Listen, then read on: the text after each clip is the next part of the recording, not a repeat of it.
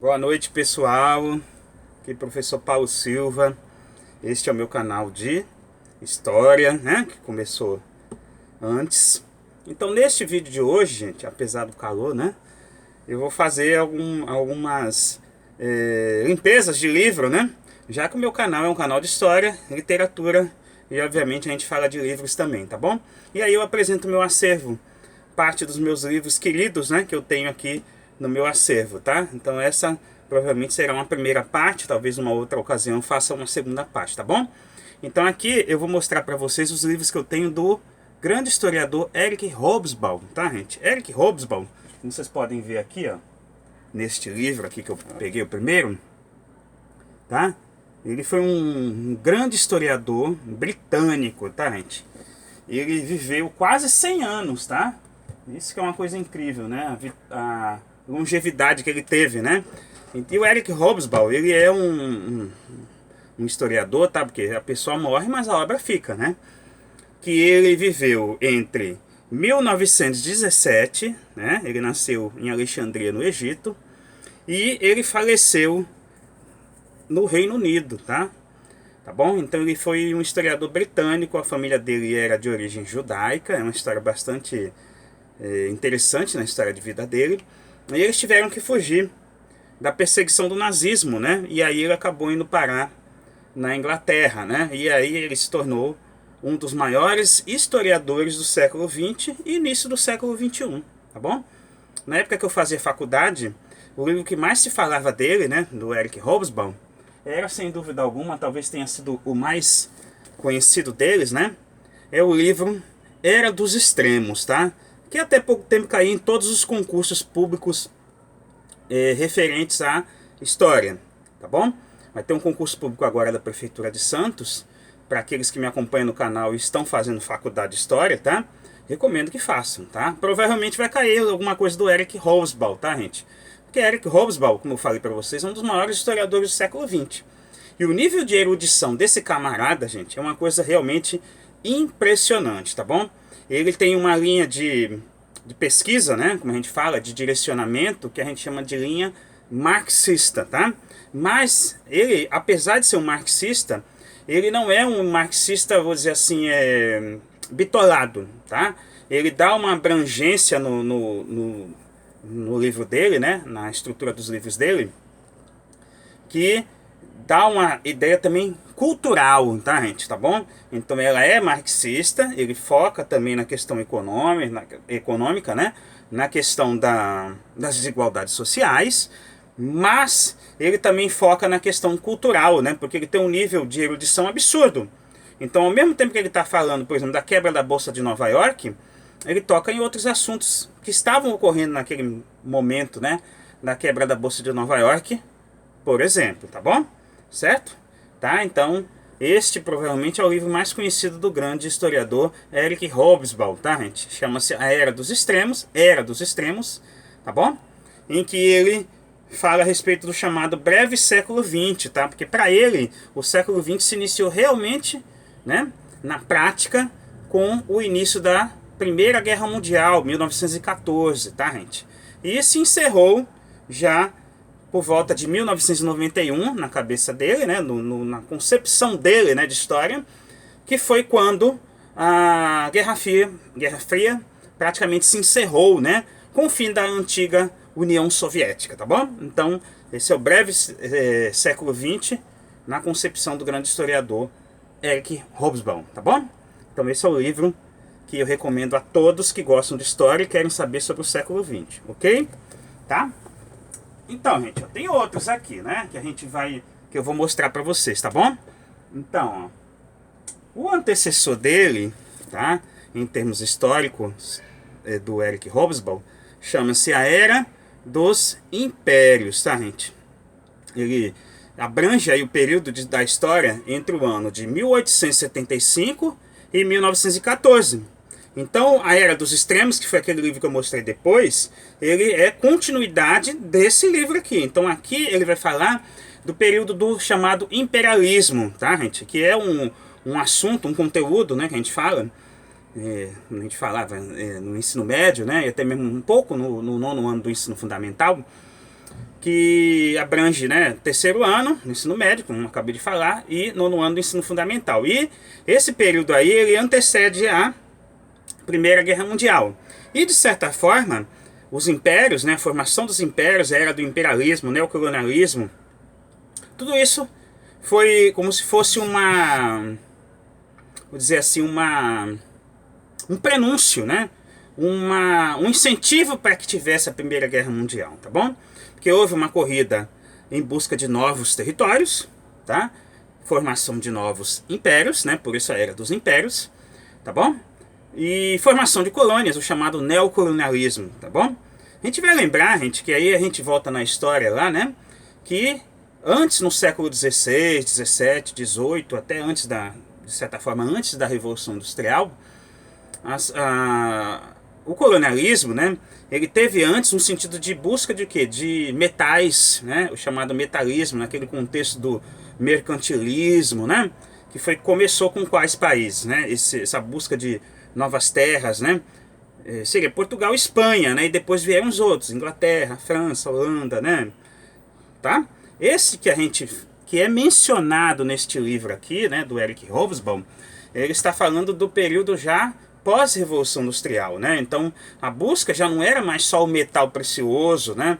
Era assim, naquele momento, o que? Busca de materiais, né, de matérias-primas para a indústria, mercado consumidor, mão de obra barata, né? Então, tudo aquilo que a gente ainda fala até hoje no século XXI já era falado lá no século XIX, né? Final do século XIX, início do século XX, tá bom? Só que o que aconteceu? Nessa busca por novos territórios, o que ocorreu? Não tinha território para todo mundo, né? Como se fosse um bolo gigantesco. Esse bolo era o que, gente? Eram os territórios que eram dominados por esses países poderosos, né? Que são basicamente o G8 de hoje em dia, né? As potências imperialistas, Estados Unidos, Inglaterra, França, Alemanha, Itália, tá? E outros, Bélgica, né? E Japão, Rússia. Mas você me diz a China. A China foi dominada também foi parte desse bolo aí, tá, gente? Tá bom? Isso a gente está falando do final do século XIX e início do século XX, tá bom?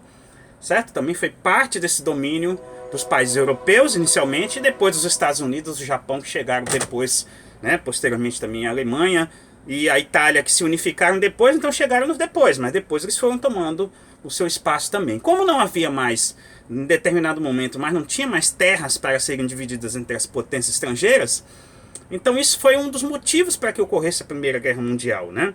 Porque em determinado momento não tinha mais terras, então eles iam brigar entre eles para quem ia continuar dominando o mundo, tá bom? É imbecil? Claro que é imbecil, nenhuma guerra é inteligente, tá, gente? Tá bom? A corrida armamentista, né? Que era você provar que a indústria, ela estava colocando armas, né?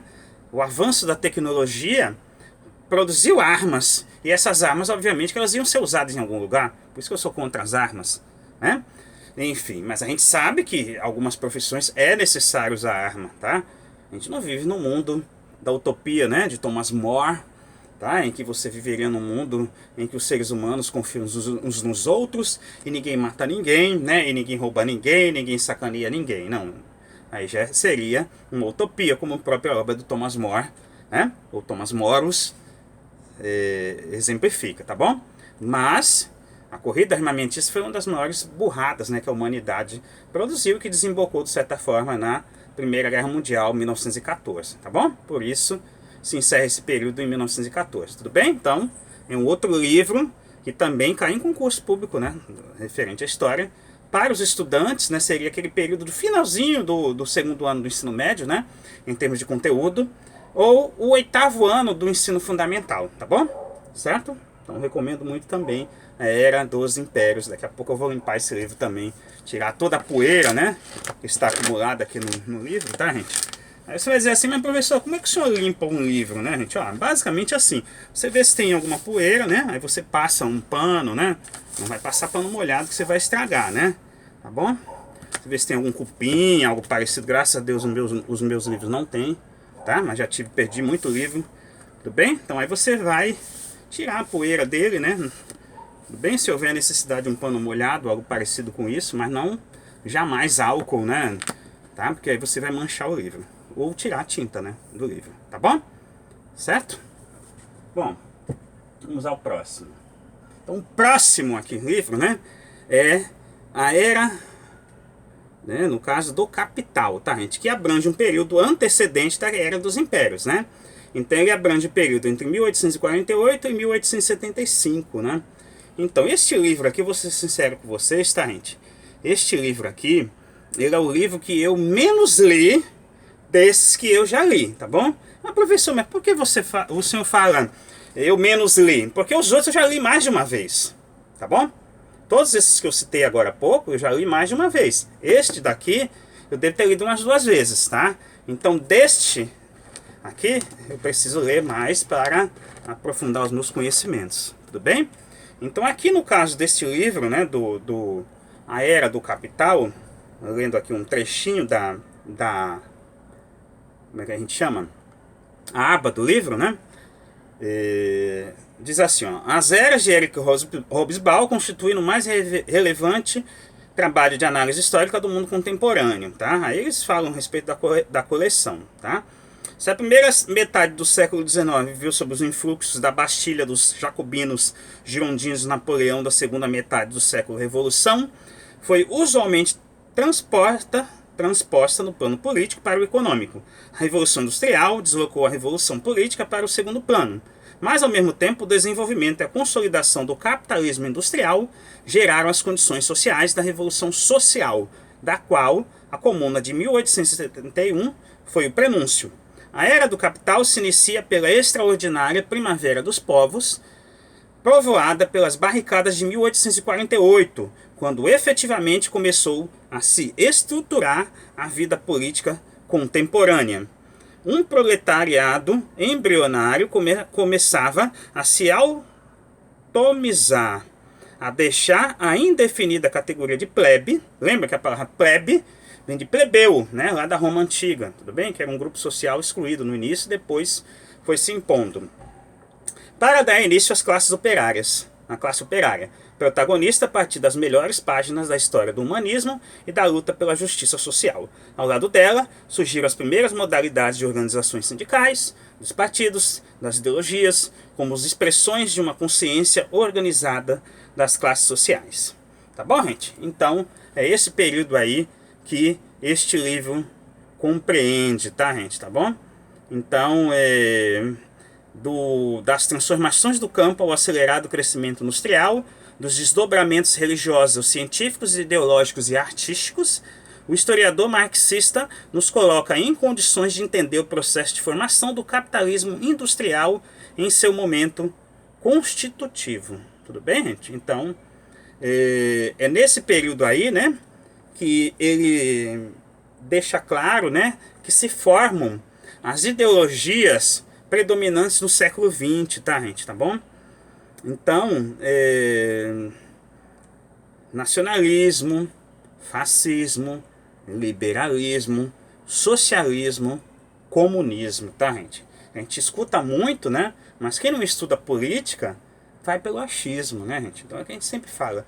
É importante que você estude, que você pegue bons textos, tá? Ou que você acompanhe, se você é caso de ler, né? Pegar textos de jornais que tenham confiabilidade de colunistas, né? Tá bom? E não esses jornaizinhos, esses jornalecos aí, né?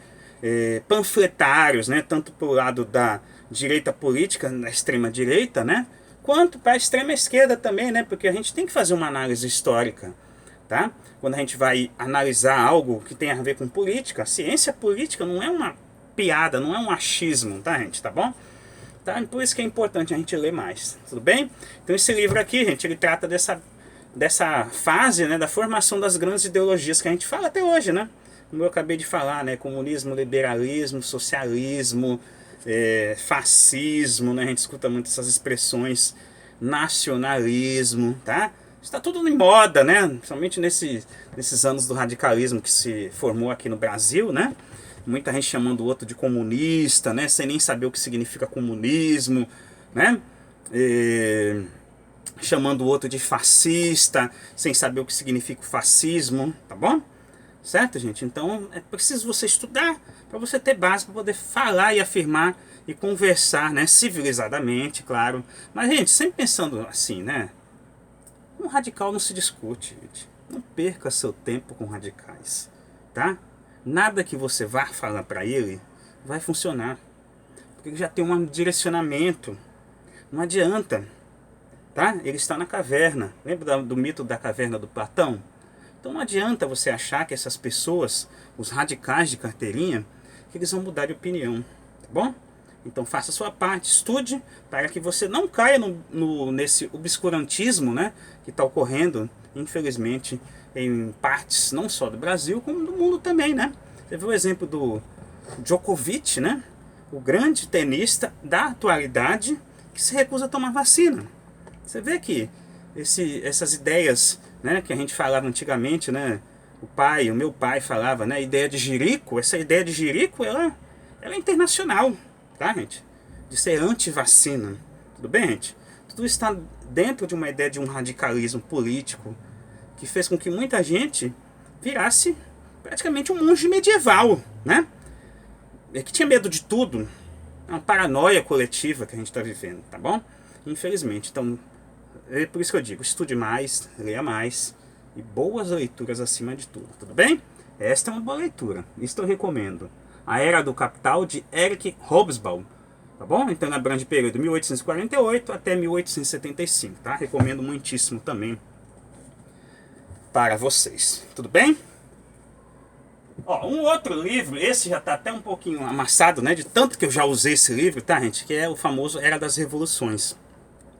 Que é assim, gente, quando a gente fala dos conteúdos do segundo ano do ensino médio e do oitavo ano, tá?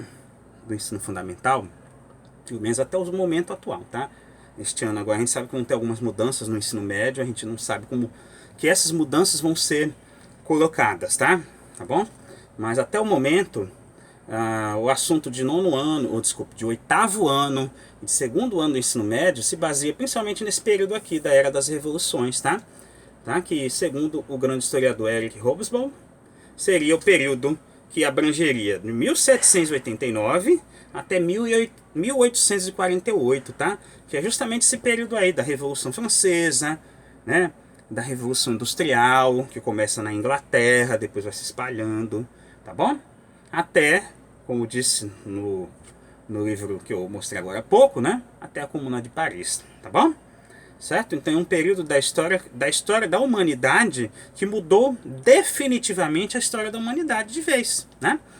Então a Revolução Industrial e a Revolução Francesa, gente, elas têm consequência até os dias atuais, tá? Revolução Francesa na questão política, tudo bem? E a Revolução Industrial na questão econômica, tudo bem, gente? Então depois que essas duas revoluções ocorreram, tá? Nunca mais o mundo foi o mesmo, tudo bem? Certo? Tá? Então é este período que é abrangido aqui nessa obra-prima, né, do grande Eric Hobsbawm, tá? Esse livro aqui, como eu falei, eu já li milhares de vezes, pelo menos umas vezes, assim, trechos, né, gente? Claro, são trechos, né? Agora, o livro inteiro eu já devo ter lido umas 10 vezes, mais ou menos, tá? Ele é um livro maravilhoso. Como eu falei, eu uso muito nas minhas aulas, né, trechos dessa obra, né, até mesmo porque tem muito livro didático, gente, que usa trechos do grande Eric Hobsbawm, tá? Tá bom? Tem até marcação de página aqui, né, falando sobre a Revolução Francesa, né, essa parte aqui, ó, que eu marquei, ó, da Revolução Francesa, tá bom? Aí eu marquei, né, aí tem uma outra parte aqui, que eu marquei, não é uma coisa aleatória, né?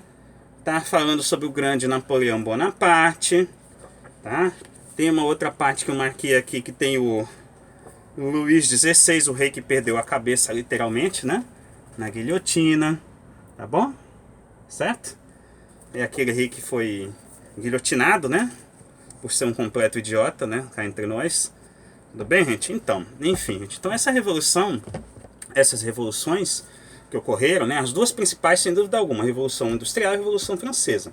Elas deram origem a outras revoluções, né? Lembrando que algumas revoluções ocorreram, inclusive, antes do início da Revolução Francesa, que foi o auge do radicalismo político, que a gente vai dizer assim, até desembocar num período de, vamos dizer assim, de moderação, né? De certa forma, tá? não é totalmente moderado, mas uma moderação em relação ao período da Revolução, no auge, tá bom? Que é a época do Napoleão Bonaparte, tudo bem? Professor, mas por que o senhor falou de anterior à Revolução Francesa teve Revolução? A gente vai lembrar da Revolução Americana, que também é citada nessa obra. Mas a Revolução Americana, tá?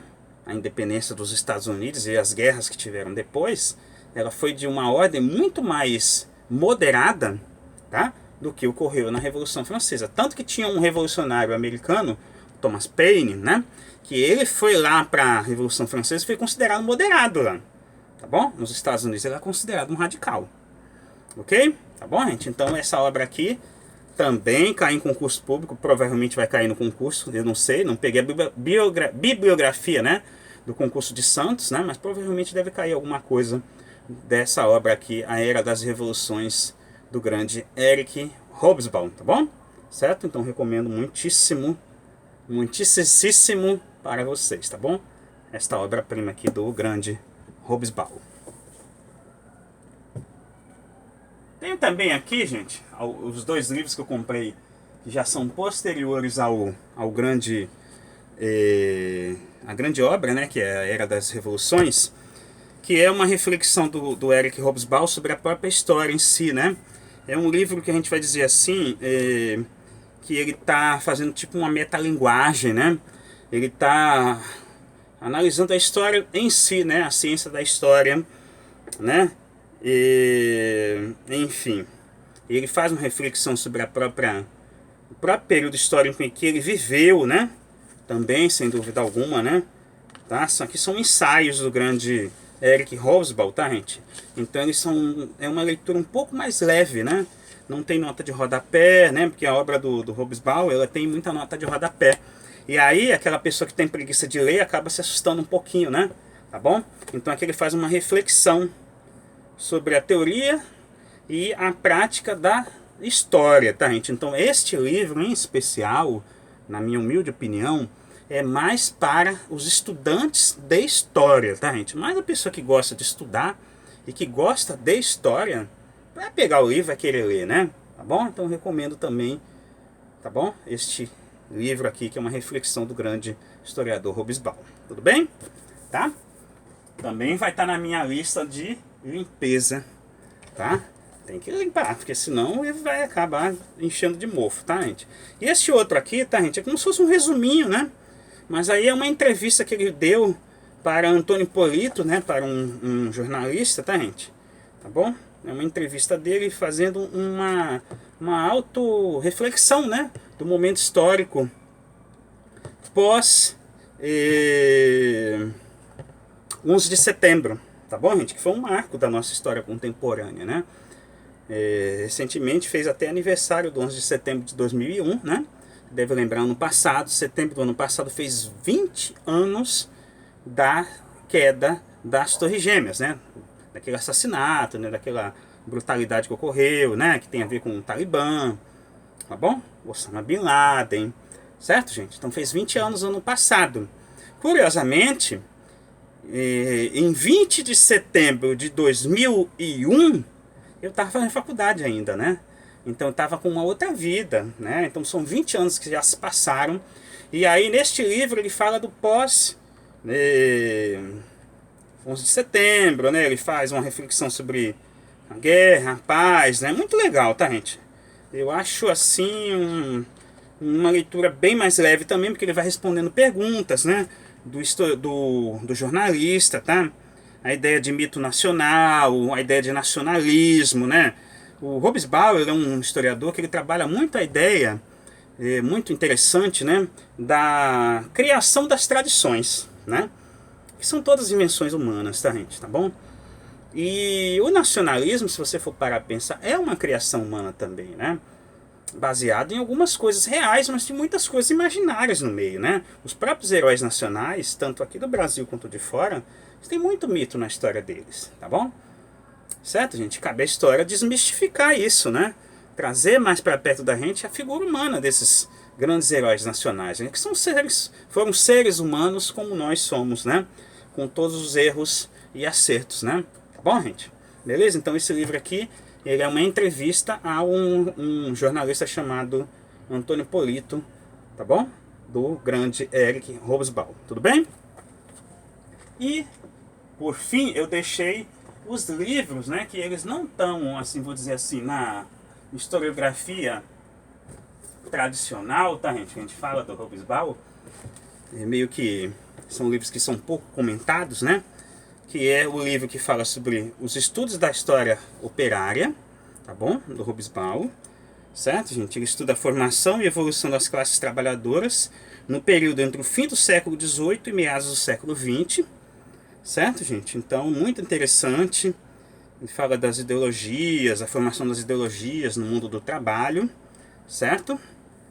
Eu queria ver o que ele falaria a respeito do que ocorreu aqui no Brasil recentemente com a reforma trabalhista, né? Certamente Eric Hobsbawm ia falar muito mal, né, dessa famigerada reforma que só fez foi o quê? Aprofundar as desigualdades sociais no país, né? Mas não deu tempo, ele faleceu antes, né, gente? Tá bom?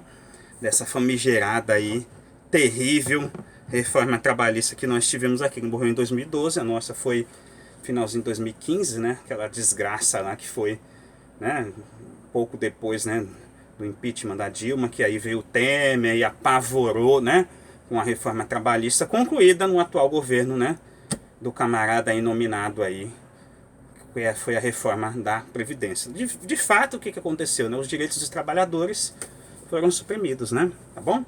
Mas vamos voltar aqui que eu estava falando. Um outro muito interessante também, Bandidos, o nome do livro, né? Que ele fala sobre a origem do campo de pesquisa da história, o banditismo social, tá, gente? É controverso o livro? É controverso, sim. É polêmico? É polêmico, tá, gente? Tá bom? Ele fala da figura do bandido social. O próprio Robin Hood, né, que é um mito, é citado nessa obra também. Fala do Lampião, fala do Pancho Villa, tá bom? Desses bandidos que tinham um cunho social, né? Segundo a visão do grande historiador Eric Hobsbawm, tá bom, gente? Não estou aqui tomando partido de nada, tudo bem? Leiam, vale a pena, é muito bacana, certo? E o último que eu tenho aqui é sobre os revolucionários, tá? E também são ensaios, tá bom? Que ele fala das lutas revolucionárias do século XX, a vitória da Rússia bolchevique, a derrota da Guerra Civil Espanhola, que são consideradas situações limites. E ele também fala que a história ela não é algo cristalizado, né, que ela continua dinâmica, tá? E fala sobre 68, né, que tem até um livro aqui, curiosamente, né, bem na minha frente aqui, na estante, que foi o ano que não terminou, né, que é do Zueni Ventura, tá bom? Então ele nesse livro aqui do Hobsbawm, ele toca nesse ponto, né, do 68, né, a revolução dos jovens europeus e que acabou de certa forma, dizendo assim, influenciando, né, os jovens de outros países do mundo. Tudo bem? Tá? Muito interessante também essa obra aqui. Então esses três últimos livros, eles não são muito citados, né? Bandidos, Revolucionários e Mundos do Trabalho, também livros do grande Eric Hobsbawm. Tudo bem, gente? Então espero que você tenha gostado. Se gostou, dá um joinha, compartilha o vídeo, se inscreve no canal do professor, dá uma força pro professor Paulo Silva. Tá aqui gravando vídeo nas férias para vocês, tá bom? Qualquer dúvida, manda lá na mensagem, comentário. Beleza, gente? Então, até uma próxima, se Deus quiser. Se cuida, a pandemia ainda não acabou. Vacina já. E até uma próxima.